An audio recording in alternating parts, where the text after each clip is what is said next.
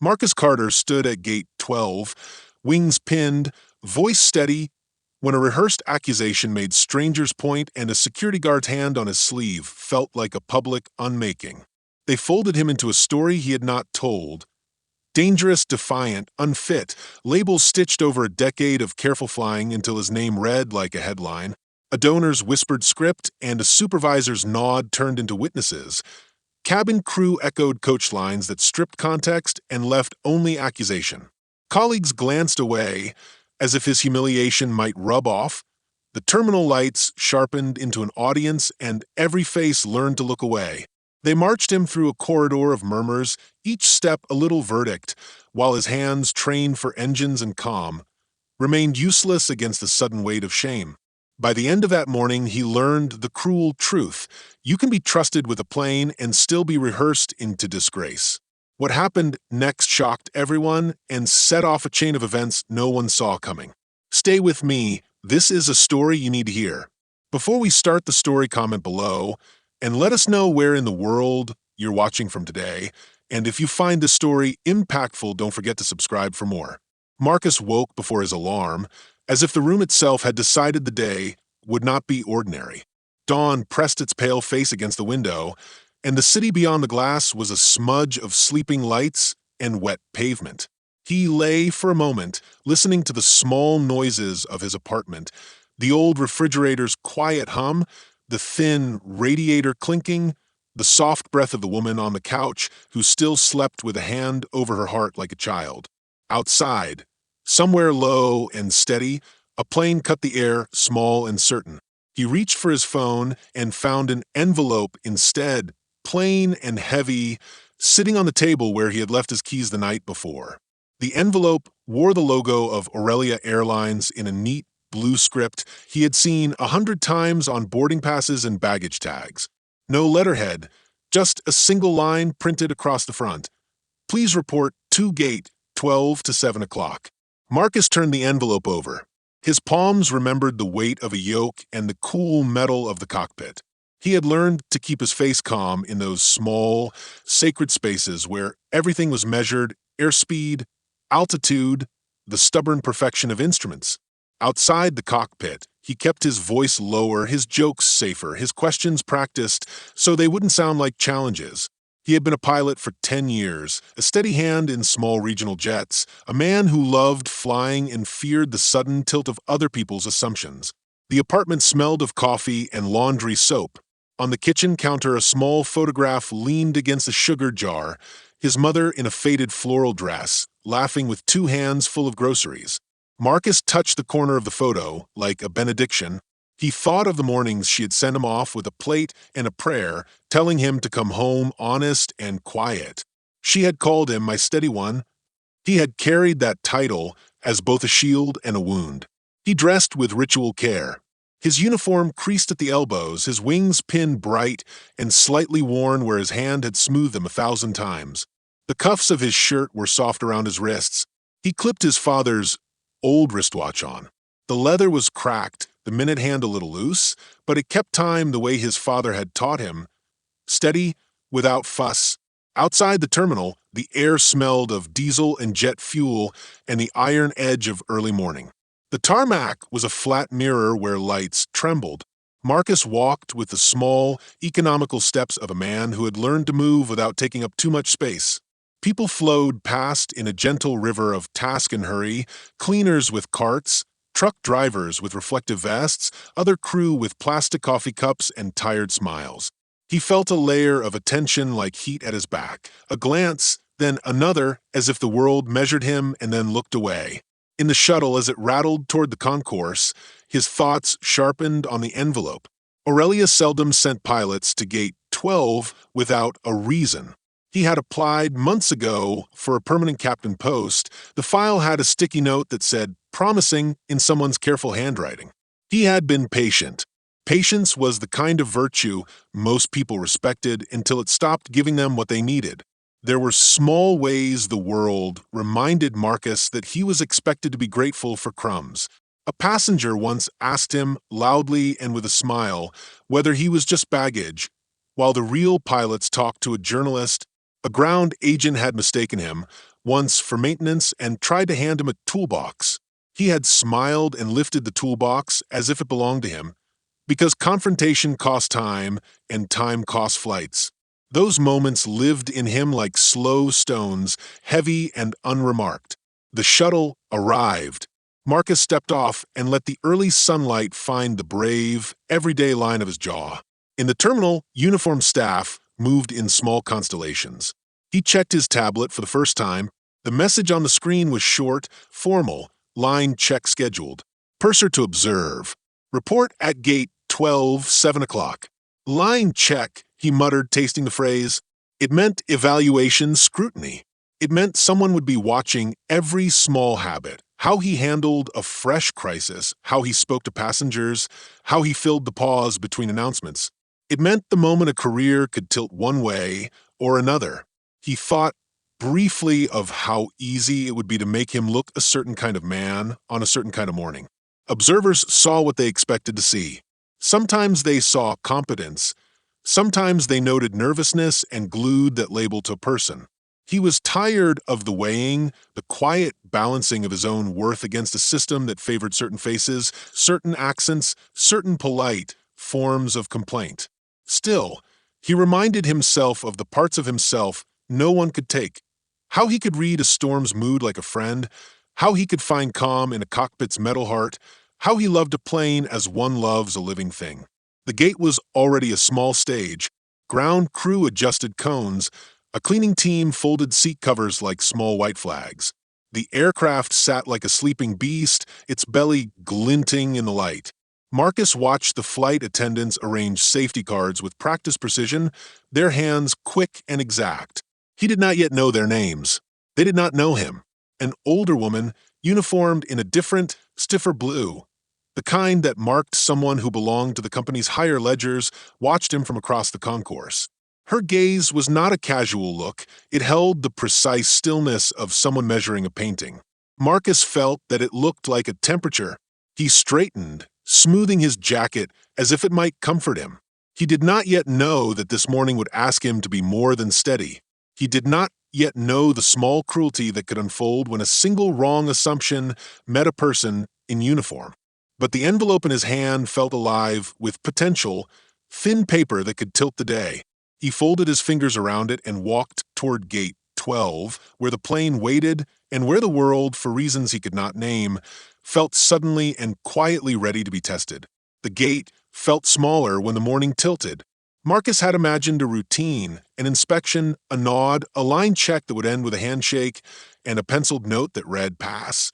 Instead, the air tasted suddenly like metal and paper, and the people around him seemed to be waiting for something to happen.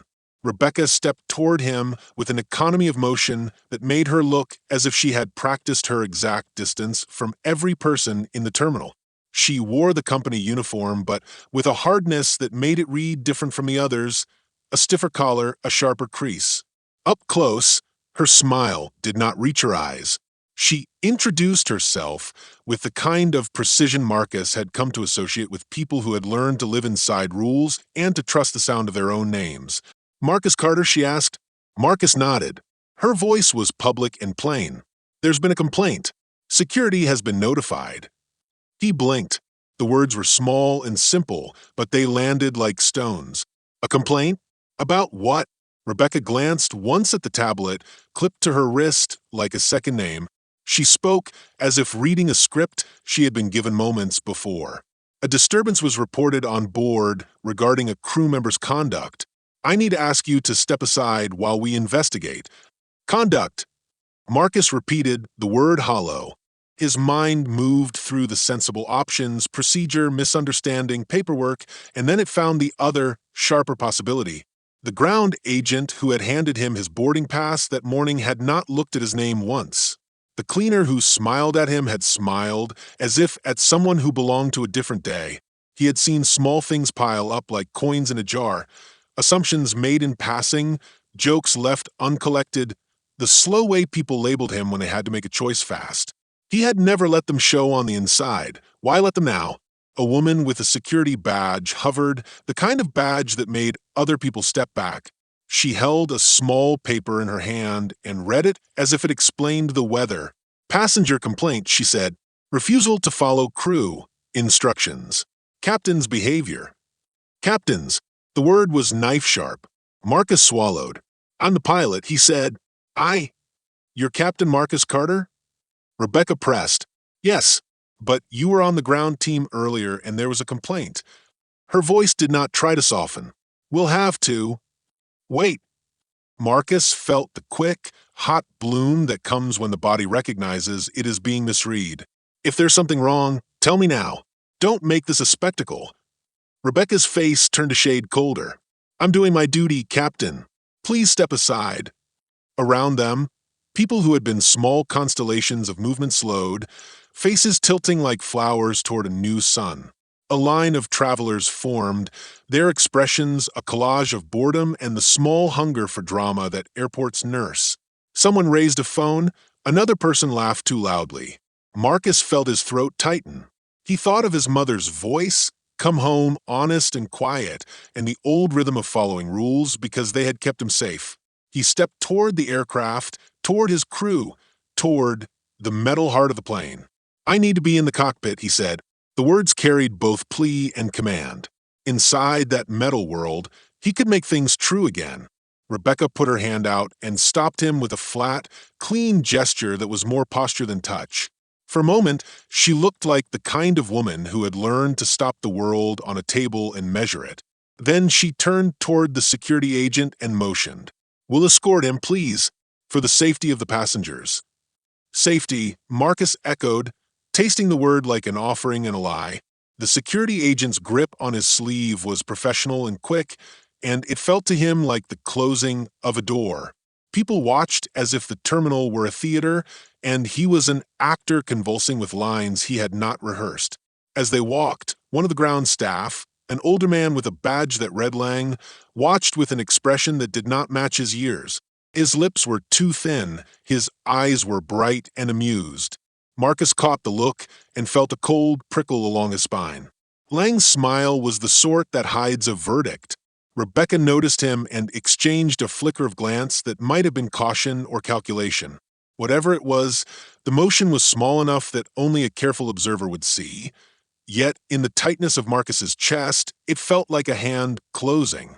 Inside the holding room, the light was flat and administrative.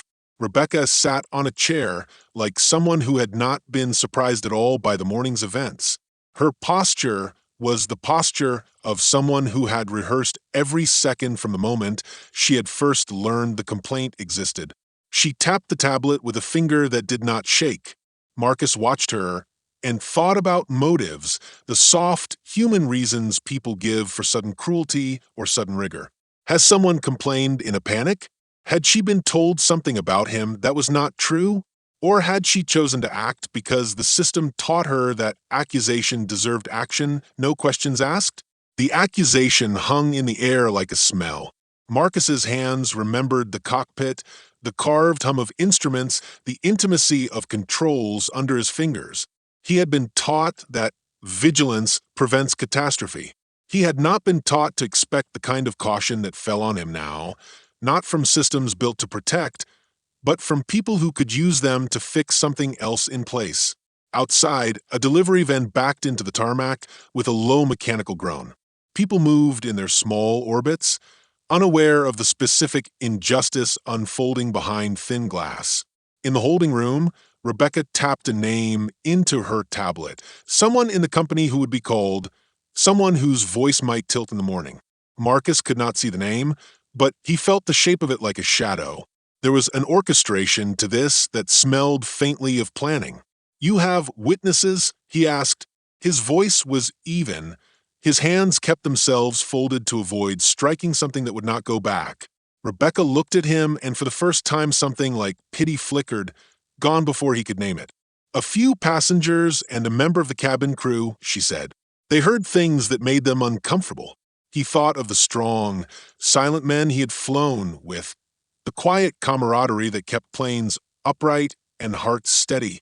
He thought of the small cruelties accumulated in years, how a single voice in a crowd can become a choir that drowns out truth. He wanted to argue, but the argument felt like noise in a room where everyone already had their script. As security took his ID and his wings were asked to be surrendered for the moment, Marcus felt the world tilt under him. The envelope that had seemed full of possible futures lay folded in his pocket like a secret. He thought of the line check and of the participatory theater of evaluation, of how quickly a professional assessment could become public shaming. He thought, too, of the older man, Lang and his too thin smile, and he wondered whether this morning's complaint was an accident or a stitch in a larger pattern. Rebecca rose then, a small, decisive movement. "We'll record statements," she said. "We'll be fair." The words promised fairness, but they did not feel like it. Marcus let them lead him through the door. Behind them, the terminal went on breathing, unaware. He walked with the same steady steps he had practiced for years, but each step felt hollowed out. The morning had broken like glass, and where the shards fell, he could see a different world, one where a single accusation could make a man unmade. He did not yet know who would put him back together. The room smelled of old coffee and antiseptic. Light from a narrow window cut across the linoleum like a blade. Marcus sat with his hands folded, watching the clock tick through minutes that wanted to be hours. Each second felt like a small verdict. He kept thinking of the cockpit, the hush, the instruments like a poem, and how the metal world made sense in ways the terminal never would. "Captain Carter?" The voice belonged to David, his usual first officer, and it arrived thin with something Marcus could not name. David looked younger than Marcus expected lately, his uniform crisp, his hair still damp from a hurried shower.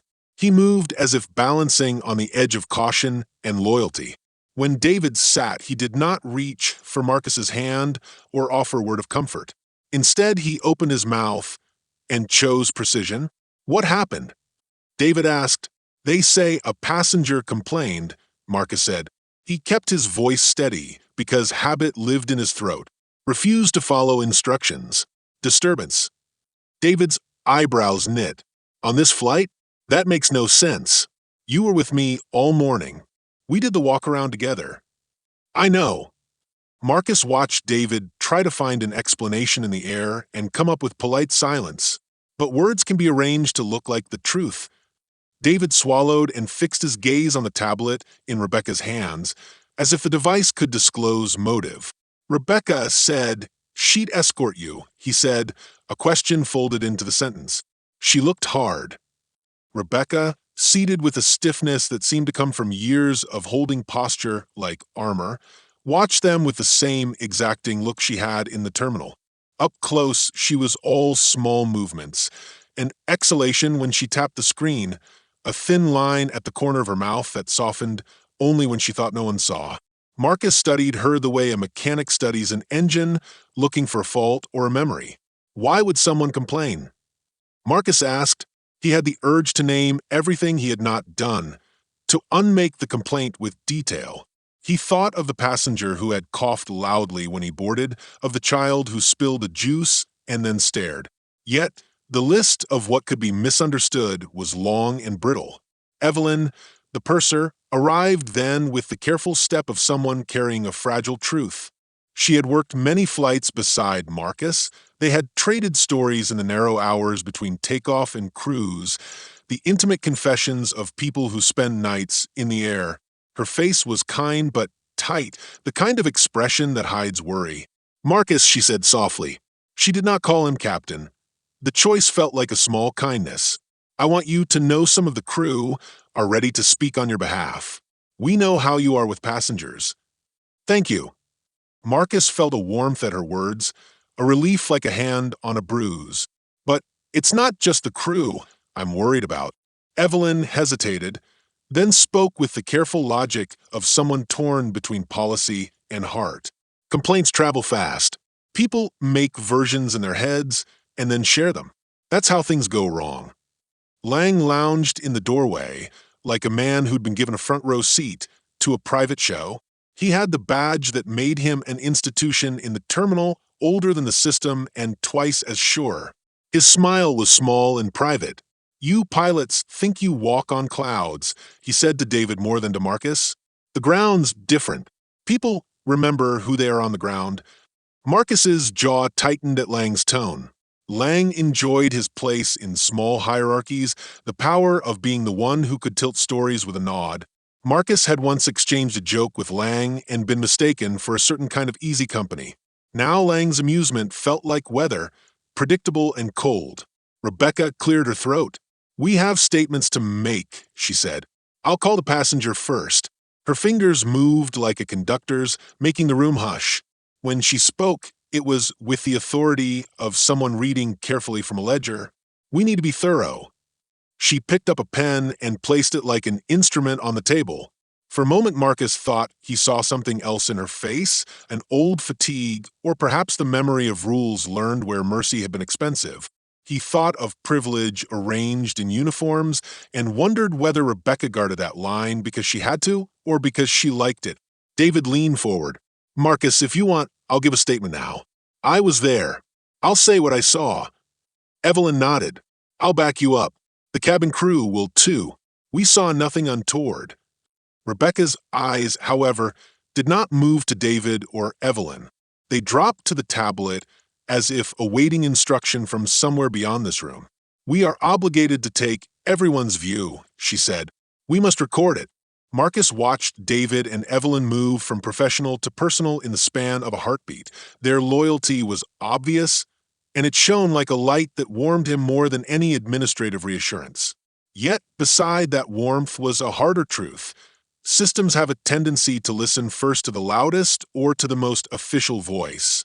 He thought of small resignations, costs he had absorbed to keep flying, and felt suddenly tired of bargaining with a world that weighed him differently. "What do you want from me?" Marcus asked Rebecca, but the question was for the room, for the company, and for the quiet ledger of years that had stored small injustices. She looked up then, and something like a human hesitation grazed her expression.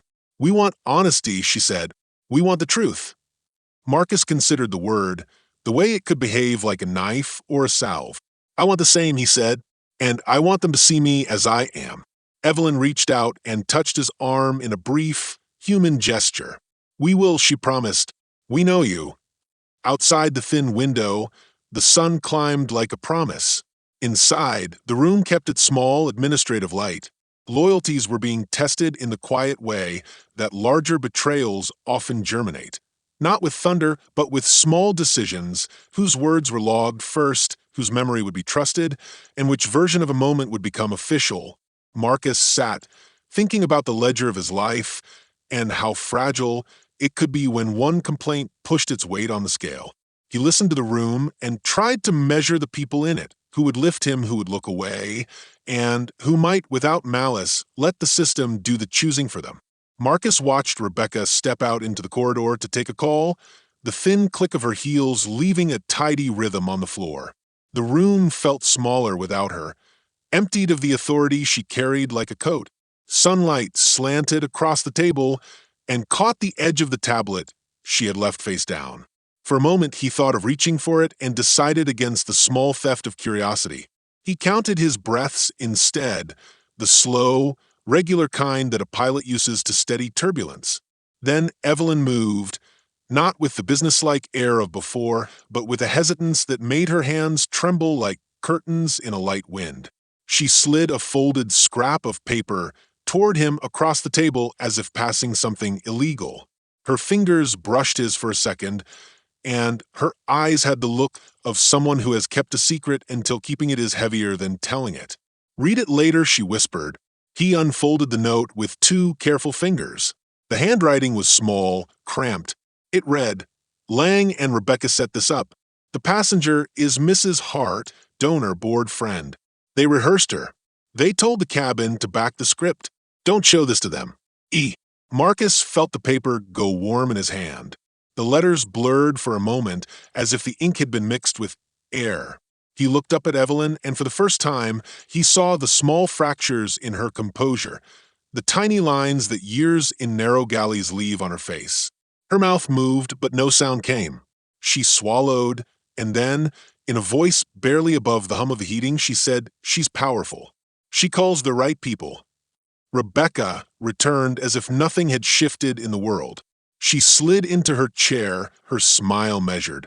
Marcus folded the note and slid it into his palm like contraband. The room, full of official light and ticking clock, now felt like a stage set, the kind of theater where props are rehearsed ahead of time and outcomes arrive on cue.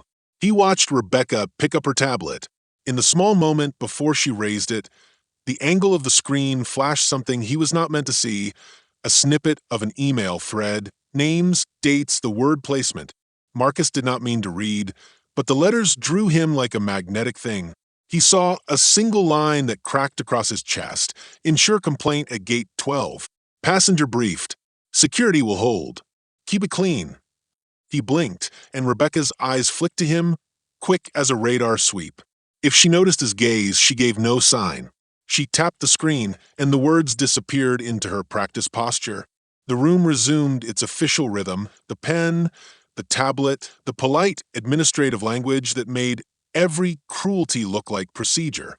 Lang's laugh leaked through the doorway then, an easy sound that scraped at Marcus's nerves. He had been watching Lang for the last hour, the way the older man lounged like an anchor. Now he stepped into the room as if to check on the progress of an unhurried experiment. Everything in order? Lang asked, and his smile had the casual cruelty of someone who knows the rules well enough to bend them without breaking them. Evelyn's face went a warmer color, the way linen does when touched by the sun. We're taking statements, she said. Marcus noticed her voice tremble only when the word we included Rebecca and Lang as co-authors of what would become official truth. Lang leaned in, close enough that Marcus could smell the tobacco on his breath. You get your line checked soon enough, he murmured to Marcus, and the words came wrapped like a warning. Sometimes the system needs to clear the deck. Marcus felt as if the floor had nudged beneath his feet. Clear the deck. The phrase looped round his head like a stuck recording. He thought of the promotion file months ago, with a small sticky note that said promising. He thought of the quiet politics that lived under the hum of the airline. The favors traded in back rooms, the way a donor's cough at the right moment could become a policy. Why? Marcus asked, not only of Lang, but of the air that seemed suddenly to contain greed. He had tried all morning to stay precise, to be the clean pilot who fixes things with calm. The question burst from him anyway, harder than he wanted. Lang lifted a shoulder like a man who has practiced indifference. Sometimes it's business, he said. Sometimes it's a matter of trust. People must trust the faces they see. Rebecca's eyes slid to Evelyn for the barest instant. There was the hint of a shake there, the one that tells of nerves held at bay. Then she smiled, a small, sharp thing that did not reach her eyes. We'll be thorough, she repeated. Everything will be documented. Marcus found himself suddenly aware of how small documentation could be when the people authoring it chose a story. The thought of David's testimony warmed him. He had been with Marcus that morning, but the presence of Lang and the hush about certain names made him realize the battle was no longer only about truth. It had become entangled with alliances, favors, and money he had never seen. Evelyn cleared her throat and, in a voice that carried the weight of a confession, said, Mrs. Hart is not ordinary. She donates a lot.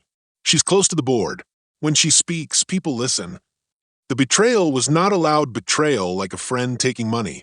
It was something quieter and meaner, a system trained to fold around certain voices because those voices carried more clout than honesty. Marcus felt the old ledger of fairness in his bones, numbers and hours, and the steady work of his hands, erode on contact with privilege. He thought of his mother's laughter in that small kitchen, of the steady life she had encouraged, of the way he had learned to be both gentle and resilient. The note in his pocket felt like a match. Lighting it might burn bright and reveal more than just this morning. But not acting might let the tinder settle. Marcus folded the scrap of paper back into a neat square and slid it into his jacket where his heart could feel its weight. He looked at David, at Evelyn, at Rebecca, and Lang, and for the first time, a new shape of the fight took form inside him. This was not only about one complaint. It was about a system that would use faces, favors, and rehearsed grief to move men like chess pieces. Outside the room, the airport breathed on, the ordinary machinery of travel turning. Inside, alliances tightened like straps.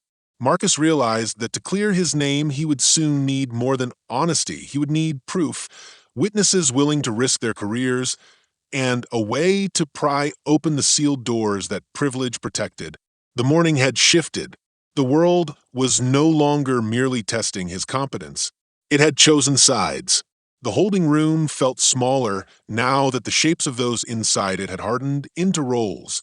Marcus paced once and then stopped, palms flat on his knees, listening to the clock calibrate his fear into seconds. He thought of the envelope still folded in his jacket and of the scrap Evelyn had given him. The knowledge of a plan of rehearsed complaint and quiet favors made him feel both violent and careful at once. He wanted to throw the truth into the light and watch the whole set crumble. He also knew what the light could do to the people he loved if it hit them the wrong way.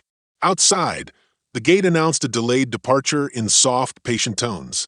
Passengers shuffled and rearranged themselves, their faces unreadable from this distance. Marcus had always felt the strange democracy of airports, the way strangers share a sky, if only for a few hours. Now he understood how quickly that democracy could be bent. By a donor's influence, by a rehearsal, by an older man with a private smile. David sat across from him, fingers worrying the edge of a paper cup. For the first time since they had been junior co-pilots together, Marcus noticed the hesitancy in David's eyes. The young man had always been practical and proud, the sort who kept his life under neat labels, flight logs, family calls home, savings goals. They told me not to say too much, David admitted when Marcus pressed him, voice low. Lang said, keep it neutral. Rebecca called it a PR matter. How can they decide what you say? Marcus asked. The question was simple, but the answer was a tangle of contracts, fear, and invisible debts. David looked away. You know how it is. People are scared. If you speak against a complaint by a big donor, HR notices. People move jobs. Bills don't wait. Marcus felt the old ledger of his life weigh across his shoulders. A job here paid rent, kept the lights on, fed his mother's medicines. He could not act like a man with nothing to lose. He had to imagine the cost of exposure, his name in memos, the slow leak of alliances closing, the career door sliding shut. Yet, remaining silent felt like surrender of something greater. His sense of self, the quiet integrity that had kept him honest in the cockpit. Evelyn came close and set a hand on his arm. You have options, she said softly. We can call Paul from a union. We can file a formal rebuttal. But you must know, this will not be pretty. Her voice held the tired knowledge of someone who had watched small fights become public trials. Marcus closed his eyes and let the word union sound like a bridge he could cross or a cliff he might leap from. He thought of his mother's face in the photograph on his counter, the laugh lines around her eyes. If he became a public case, would she be safe from whispers? Would her friends look at her differently? Marcus hated the idea of storms touching people who had done nothing but love him. That protective instinct tugged at him the way a harness straps to a pilot before takeoff. Necessary, strict, refusing to bend. Rebecca moved through the room like someone rehearsed to be unshaken. She checked messages on her tablet and spoke on the phone with a tone that suggested business as usual.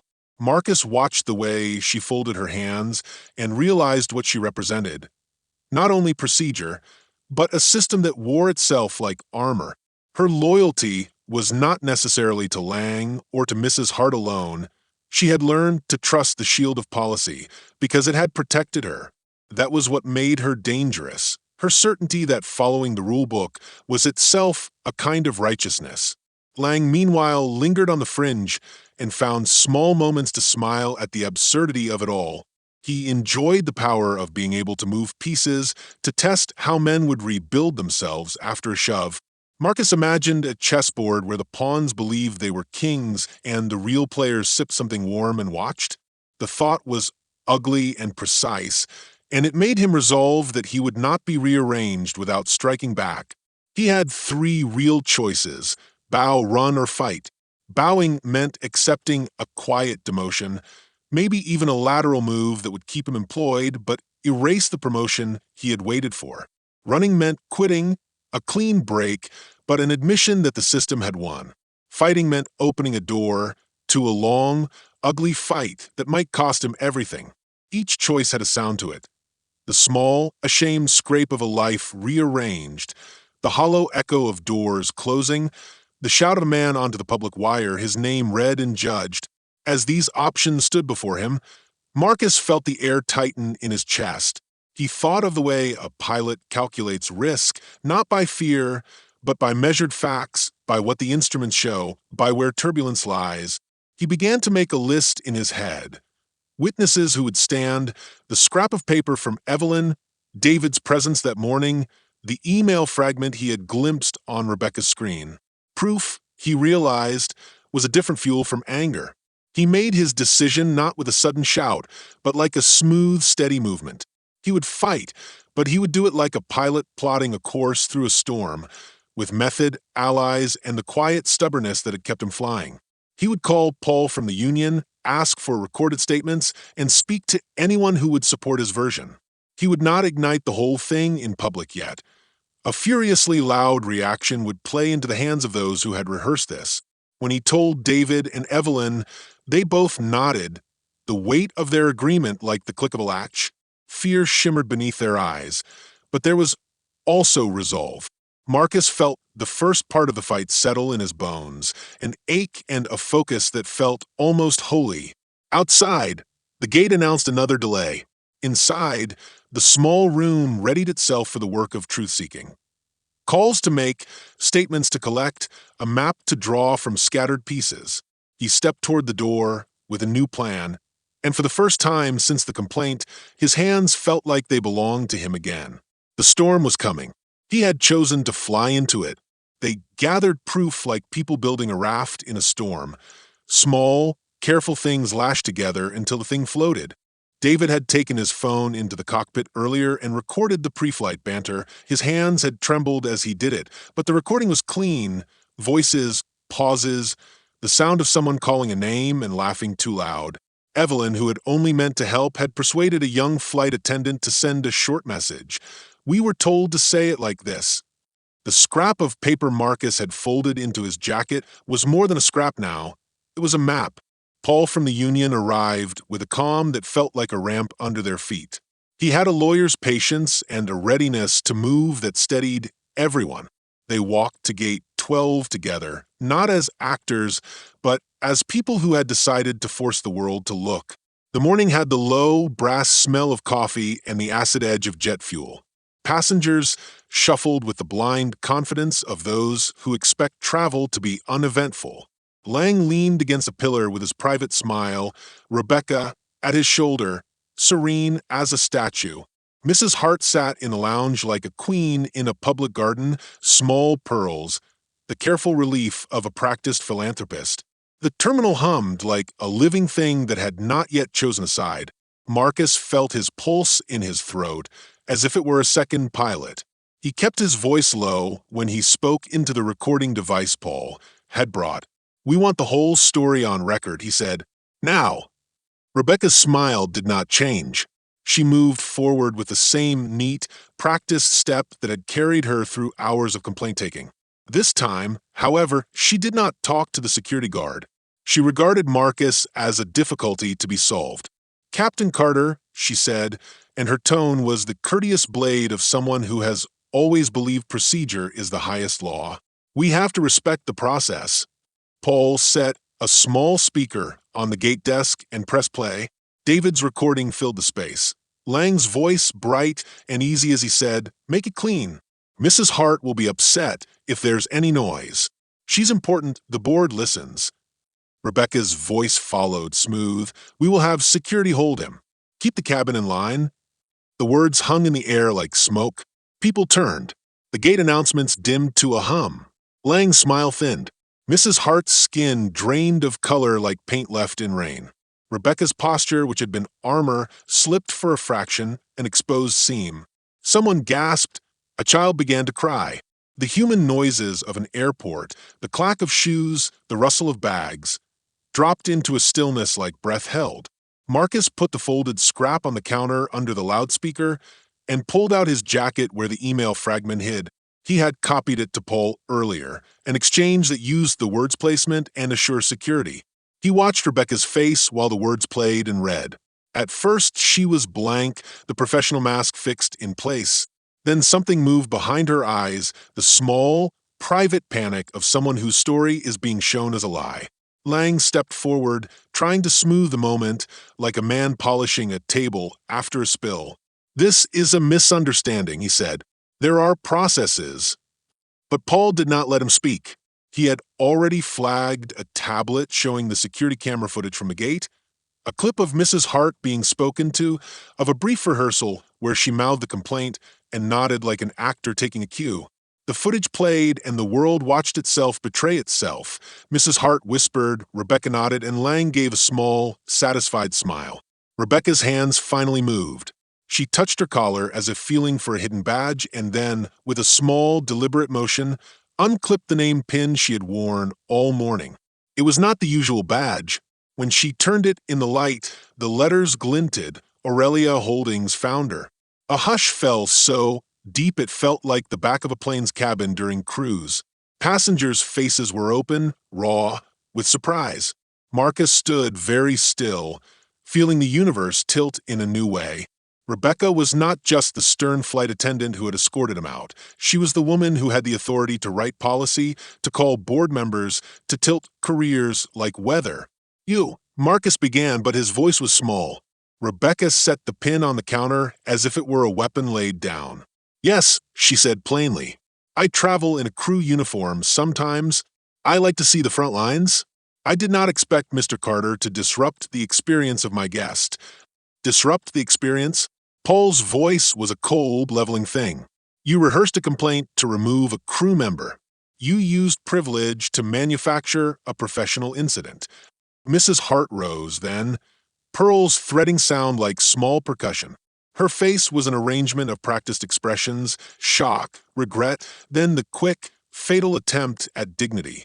"I was asked to help the airline with customer relations," she said. "I spoke honestly." Evelyn's eyes flashed. "You rehearsed her," she said. "You told the cabin crew to back the story. You asked security to hold him." Rebecca's hands were steady. She said, "I made a decision to test the culture. That decision went too far. I am sorry if Mr. Carter was hurt." The apology was thin, like a piece of tracing paper over truth. Marcus felt anger rise. Not the hot, sudden rage of a private hurt, but a precise, cold fury at the idea of a life tilted by someone who called it an experiment. He stepped forward. "You could have observed," he said. "You didn't need to manufacture a lie." Rebecca looked at him as if at a small, stubborn instrument. "In leadership, we make hard choices," she said. "We test people." David, whose voice had stayed quiet until now, raised his head. "Testing should not look like what you did," he said. "You played on a man's life like a toy." Lang found his voice again, but it had lost its smooth edge. "We were protecting standards." "Standards are for people, not for covers," Marcus interrupted. He felt every small compromise he had made for this job rise in him and take shape into words. "You used your name, your money, and you hid behind a procedure to remove a man you decided didn't fit your narrative. That's not leadership. That's cruelty." Rebecca's eyes, which minutes ago had been the calm of a leader unchallenged, flicked to the small camera on the gate desk that recorded everything. She had thought power meant an invisible steering wheel. Now there was a public recorded reality to counter her private moves. The union had her on camera. Crew testimony lined up like rails. Outside, the terminal returned to motion, but under a new light. Conversations that had been sleepy murmurs turned into sharp edges. Who had authority? Who had lied? Who would answer? The airline's name hung in the air as though it needed to be rewritten. Rebecca gathered herself, and for a moment, something like regret moved through her. "I misjudged," she said, quiet and precise. "I will resign my oversight of these operations." The words landed, unexpected and heavy. They were not full restitution, but they were a crack in the thing she had built. Marcus did not cheer. He had not come for vengeance. He had come for the truth. The truth had arrived messy and public and incomplete. He felt strangely empty and also steadier than he had since the envelope arrived that morning. The cost would not be paid in one resignation. There would be memos, hearings, perhaps a slow, aching correction of a system that favored voices with money. But in that clattering human noon, the rehearsal was exposed, and the people who had been asked to lie had a way to say no. Marcus looked at Evelyn, at David, at Paul, and then at Rebecca. He felt the old, familiar quiet of the cockpit settle in him. Because a plane is a place where truth matters, where instruments do not lie. Outside the terminal, the sky was a hard blue, and for the first time since dawn, he thought he could see a path through it. They left the gate under a sky that had scrubbed itself clean, hard blue, bright enough to make shadows sharp. The terminal had resumed its noise, but it felt different now, as if someone had tilted the light and everything that had been half visible was clearer. Rebecca had stepped away from her oversight. She had offered a resignation that smelled to Marcus like the first small admission a building makes when a corner has cracked. Lang had retreated into a quiet that could be either shame or calculation. Margaret Hart, Mrs. Hart, had gone with a pale politeness and the courier dignity of someone who had learned to be forgiven on demand. The airline would make announcements, there would be memos, and lawyers would fold statements into a neat, slow machine. Truth arrives messy, institutionality smooths it into a calendar. Marcus walked with David and Evelyn beside him. Paul from a union had stayed on like a steady hand, and the crew clustered in a way that felt like home. They moved past the coffee kiosk, where someone had already rearranged the flight schedule board. Marcus could smell burnt beans and citrus cleaners, and beneath it the metallic edge of jet fuel that always comforted him, the smell of the work that meant he could still be useful in the world. He felt hollow in a way that was not empty. It was the honest hollowness of a man who had been tested and found still standing. He had wanted truth more than vengeance. The public exposure had been a scalpel. It cut, and it would leave a scar. That scar would change how people in the airline looked at him, how they might file his name under annoyance or heroism depending on their loyalties. He had expected the relief of vindication to be simple and bright. It was not. It was quieter, a steadying of breath and the slow return of things with different edges. They gathered at the small airport chapel, an odd, unnoticed place with little wooden benches and an air conditioning unit that hummed like a comforting engine. Marcus sat and let the sound fill him. The chapel walls were decorated with simple, unadorned crosses and a few photographs of planes in mid-flight, their wings like quiet hands. Evelyn sat beside him and took his hand. Her fingers were warm and practical. "You did the right thing," she said softly. He wanted to accept the certainty because it felt like a bomb, but the ledger of what had been required to get here kept whispering. "We did a thing that exposed a wrong," he replied. "But at what cost? People lost positions. Yes, people were shamed. Will anything change under the skin of the company, or will they fold us back into the same old rhythm?" Evelyn's eyes were steady. "Things will change because they have to now. Cameras, statements, union pressure, those make it expensive to keep hiding. But change is not a single moment. It's a string of days." He thought of his mother waiting for him at home with a plate and prayer, of the quiet dignity she had practiced. The worst part of the morning had been the way the system reached for him like a hand to weigh him down.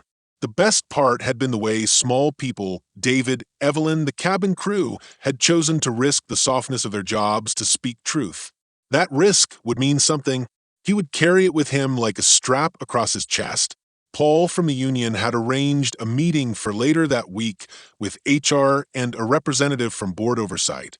They would ask for policy changes, clearer channels for anonymous complaints, protections against rehearsed testimonies, and formal consequences for misconduct by leadership. Marcus knew that campaigns did not always win. He also knew that a microphone, once turned on, rarely entirely goes silent.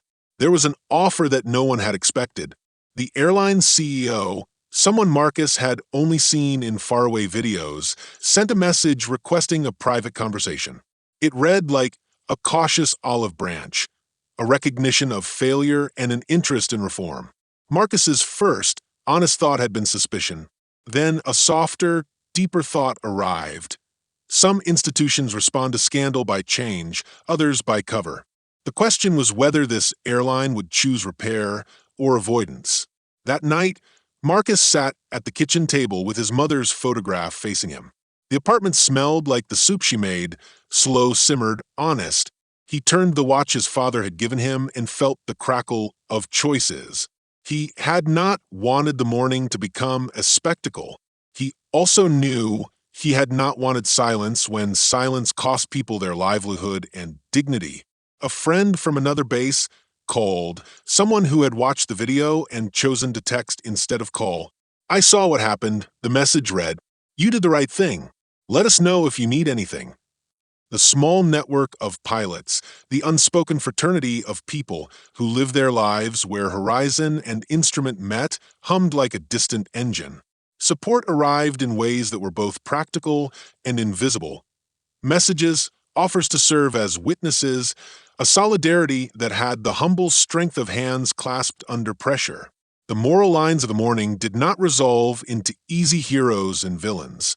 Rebecca had not been a cartoon villain. In the chapel, Marcus thought of her as a complicated person, one who had held a power that made testing look like righteousness. The temptation to imagine her wholly malicious was easier than the truth. She had chosen a path that hurt others in the name of safeguarding and narrative. That choice demanded accountability, but it also demanded understanding of how systems deform good intentions into harm. Marcus practiced both, insisting on consequences while trying not to become what he had defeated. In the following weeks, the airline circulated new guidelines.